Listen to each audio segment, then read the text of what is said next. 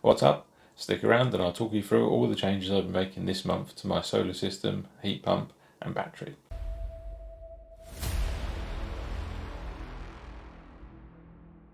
Hi, I'm a little late getting the video out this month as April's been a busy month. We've had another unprecedented month of sun and solar generation, and I've been busy with a few additions to my system. This has meant I've got a slight change in how I record the data and present my findings. So we're probably going to have a slightly longer video where I cover all the bits and pieces that I've been up to this month. As you'll have seen from my last video, we've had our Cosy 9 heat pump installed and it's been running for the last couple of weeks. And so far, everything's been running as it should. We've had plenty of hot water, that includes 4 of us having showers in the mornings, and on the few days where it has dipped down in temperature, the heat pump's been able to keep the house nice and warm. Whilst it'll be a little while before we know how well it performs in winter, the early suggestions are that it's running very well. We've got a little bit more tinkering around to do with the schedules just to get it spot on, but other than that, I think we're getting there. I've also started to have a little play around with the engineering settings, which aren't usually accessed via the app. In the app, there's 2 flow temperature settings. There's the hot weather and the cold weather. And it gives you 2 different options for what you want to set those temperatures to.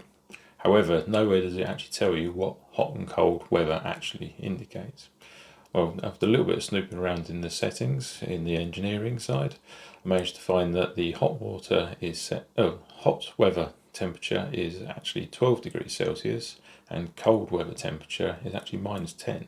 So these are a lot lower than I thought they would be. Anyway, I'm going to have a little bit more of a play around in the settings and I'll see what else I can find and I'll do another video soon. Anyway, given on a bit of a mission to get our energy bills down as low as possible, I want to make sure that we're running the heat pump for as little as we can. I'm already maxing out the battery capacity that we have, as over winter our peak rate usage is only about 4%. 96% of it is all off-peak energy, which is offset via the battery. Adding the heat pump into the mix means that we're going to have a huge electrical load, or a huge surge within our electrical usage, which is going to push us beyond the capacity of the battery. So, knowing that we had the heat pump on order, I actually went ahead and purchased a second Fogstar 15.5kWh battery. So we've now got 2 15.5kWh batteries, giving us a good 30 kilowatt hours of storage. I purchased this at the same time I placed the order for the heat pump over Black Friday, and it finally arrived a couple of weeks before the heat pump.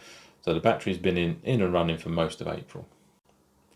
So my plan is, with extra battery capacity available to us and hopefully getting a COP of around about 3, we should be able to have 15 kilowatt hours of additional storage, which will then translate into 45 kilowatt hours of heat output. Hopefully that will be enough to see us through the peak rate window with all of the other heating offset either side of that. Just as a quick side note to anyone who's new to a heat pump, when I refer to the COP and the SCOP, these are the coefficient of performance and the seasonal coefficient of performance. A heat pump is measured in the amount of energy put in electricity, so i.e. 1 kilowatt being put in will generate 3 kilowatts of heat put out, which will give you a COP of 3, or 300%.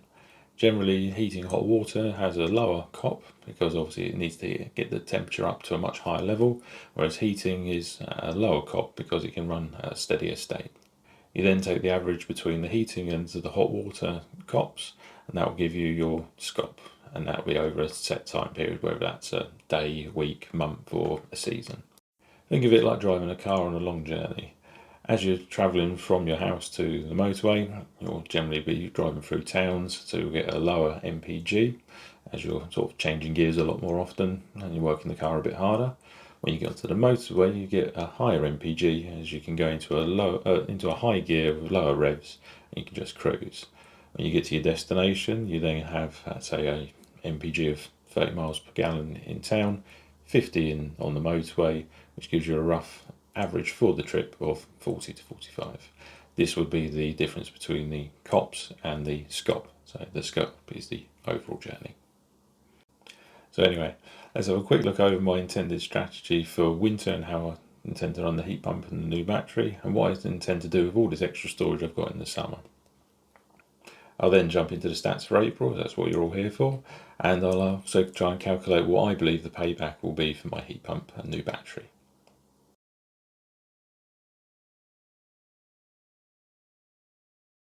So looking at our heat pump strategy for winter. If we look back at January from this year, we spent £157.78 on gas, excluding any standing charges. This equated to 2,547 kilowatt hours of gas used. Moving over, so if we round that off to say 2,550 kilowatt hours of gas, cooking we'll assume 50 kilowatt hours, as I'm not entirely sure how much that is, but that's a good guess. Our total heating gas was 2,500 kilowatt hours. Our existing boiler was 90% efficient, which means we had 2,250 kilowatt hours of usable heat that would have generated from the gas usage. This gives us a daily average of 72.5 kilowatt hours of heat needed in the house. If we can get a COP of 3.2, this would mean that the electric we need is 22.7 kilowatt hours.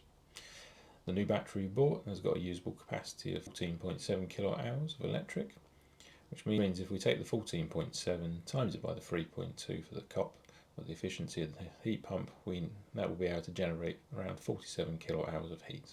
This leaves us with a deficit of 25.5 kilowatt hours of heat needed, or 5.9 kilowatt hours of electric, of which we'll need to try and move that heat demand or electric demand to the off-peak window, so that will be heating the hot water overnight, etc. This will drop our daily costs from £5 a day approximately down to £1.60, which will be a 65% saving on our heating bill. For the additional capacity that the battery gives us in the summer, I'll continue to do what I'm doing at the moment, which is charging the battery up at 7 pence per kilowatt hour overnight. And when it gets to around about 8 o'clock-ish in the evening, I sell that back to the grid for 15 pence per kilowatt hour. As you can see, we've been doing this for the last few weeks, and it seems to be working quite well. On a good day where we've got good export, we import 39.7 kilowatt hours at 7 pence and exported 44 kilowatt hours, which means we're in profit, or well in profit for that day. So the battery savings, as I calculate, would be, we have a usable capacity of 29.5 kilowatt hours, assuming 5% inversion losses each way, so when we charge it and discharge it, we lose a few percent each way. We get some evening usage, around about 4 kilowatt hours per day. We have an approximate 23 kilowatt hours that can be sold back every day at a profit of £1.85. Over approximately 4 to 5 months, this could mean we generate an extra £225 to £280-ish. The gas savings in the winter, if we can get that 65% reduction, should mean that we reduce our gas bill by £500 a year. This gives us an approximate total savings of £750 for the year. How this plays out, I'm not sure, but we'll find out one way or another.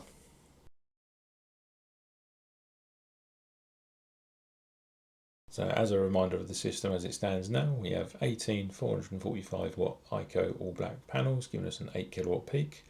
The 10 north-south panels to the rear of the house are also fitted with Tigo Optimisers. This all goes back to the 8 kilowatt hybrid sunsync inverter. We now have two 15.5 kilowatt hour Fogstar batteries. We've got the Cosy 9 heat pump. We've got a 7 kilowatt Zappy, and we've got our MGZS EV, which is the Gen 1 44 kilowatt hour.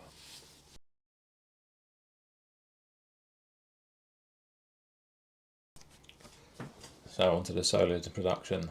April was a fantastic month. We had one low day of 6.6 kilowatt hours, and our highest day was at 43.5.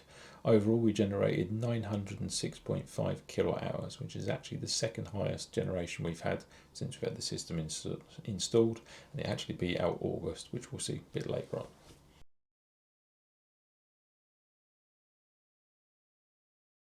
Taking a look at the north and south panels on the Tigo portal, the north panels produced a total of 140.2 kilowatt hours, so they're starting to really sort of do a bit more of the lifting, as it were. The south panels did 317.5, and the reclaimed amount we've got is 10.5 kilowatt hours, which is about 2.3%. So your guess is as good as mine as whether the optimizers are actually worthwhile having, but it's nice to have the individual panel by panel generation. And I kind of wish I did have it on the east panels, but it would have been an extra cost.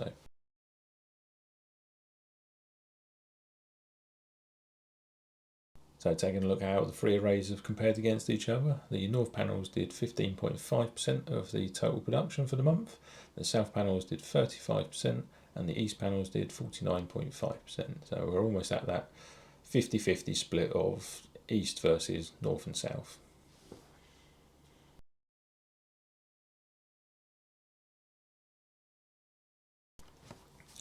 Looking at the My Energy portal, we didn't really do that many miles this month as it was Easter half term and the heat pump was being installed, so we didn't really have any day trips planned or anything else to do. So we only did 204 kilowatt hours into the car, which cost £14.31 as it's all done at the overnight rate, and we drove 523.3 miles and an efficiency of 3.1 miles per kilowatt hour. This equates to a running cost of 0.027 pence per mile. So comparing the EV running cost to had I bought the petrol equivalent, doing the same number of miles at 40 miles to the gallon at £1.33 a litre, as it looks like that dropped down slightly at our local Tesco's, this would have cost us £80.64. This means we saved a total of £66.33, even though we hardly drove anywhere this month at all.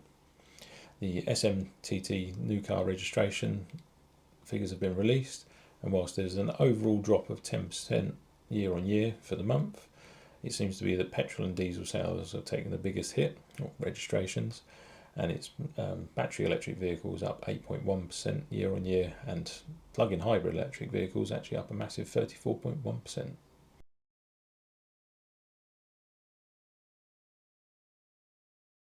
So adding April into the overall chart for the year, we're getting close to a full year's worth of solar production, and as you can see from this, April was actually the second highest month, which was only 50 kilowatt hours shy of what we did in July and 50 kilowatt hours more than what we did in August. So roll on May, hopefully it's going to stay as this and we can go over the megawatt, but we'll see.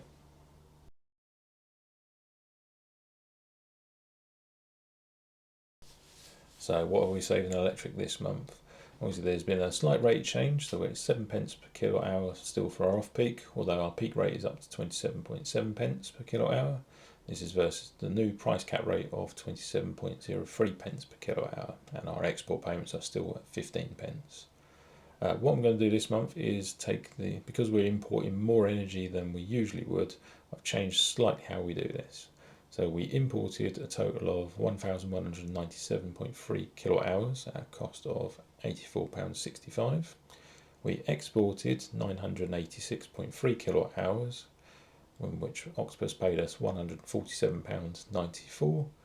And taking our total house usage, so the information we get from the inverter and the Zappi charger, etc., means we only used 721.9 kilowatt hours of that total usage. The price, based on the price cap rate, this would have cost us £195.12. This means our net bill from Octopus was minus £63.24. So they paid us this month, which means we made a saving of £258.41.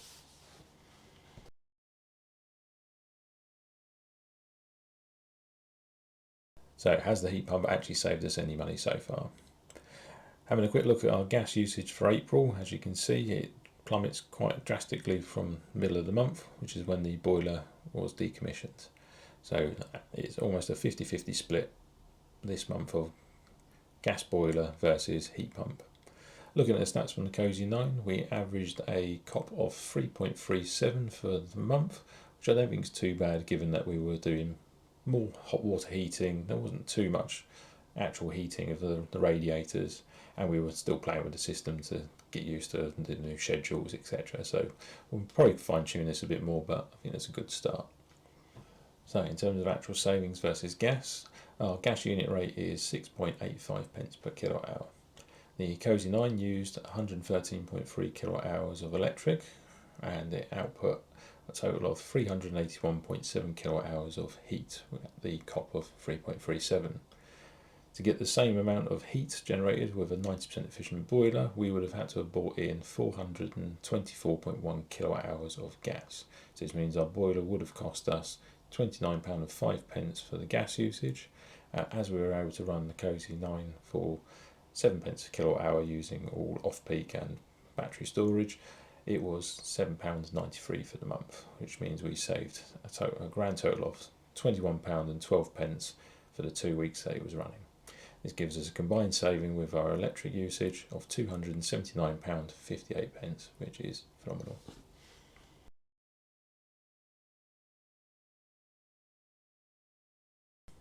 So how much extra have we spent on the heat pump and the battery? The Cosy 9, we had an online quote of £2,800 after the 20% Bink Friday discount and our £100 referral code. This brought our final quote down to £1,940.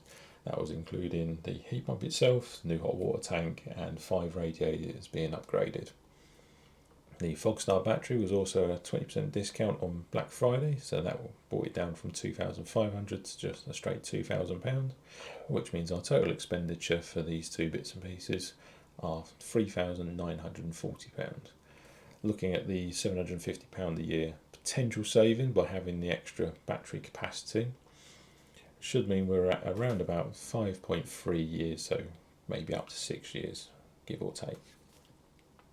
And just as a reminder, here's my Octopus Energy referrals. If you switch to Octopus, you can split £100, so I get £50 off my bill, you get £50 off your bill. And if you're getting a heat pump or solar installed, you get a £100 discount off of each installation, and I get £100 back off of my bill. So feel free, they're there if you need them, and links are in the description. So Payback, and is this all worth it? Well, we need to update the figures for starters to add in the new heat pump and battery, and this gives us a new total spend of £16,330. That's for everything that we've had done, so the solar, the heat pump, the batteries, the car charger, all of that. Our running total for 2024 was £1,139.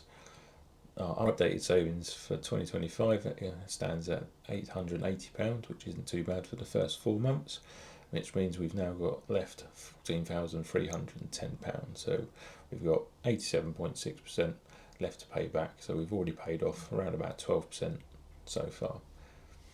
Hello again. If you've made it this far into the video, well done. Appreciate it. It's definitely a longer video than what I usually do, but I wanted to make sure I gave a good overview of the new addition to the system, being the heat pump and the extra battery, and how I think we can use the system to its best advantage. If you have stuck along this far, please feel free to like, share, subscribe to the channel. It'd be a real good help. And again, if you've got any comments, please put them in the messages below and I'll have a little look through. If you've got a Cosy 9 as well, feel free to drop your scops and cops in there, and we'll sort of have a bit of a running total and see who's doing better. Pam will have another video out soon, more focused on the Cosy 9 itself and having a little nose around the engineering settings to sort of see what's actually hiding in the background. Thank you very much. Cheers. Goodbye.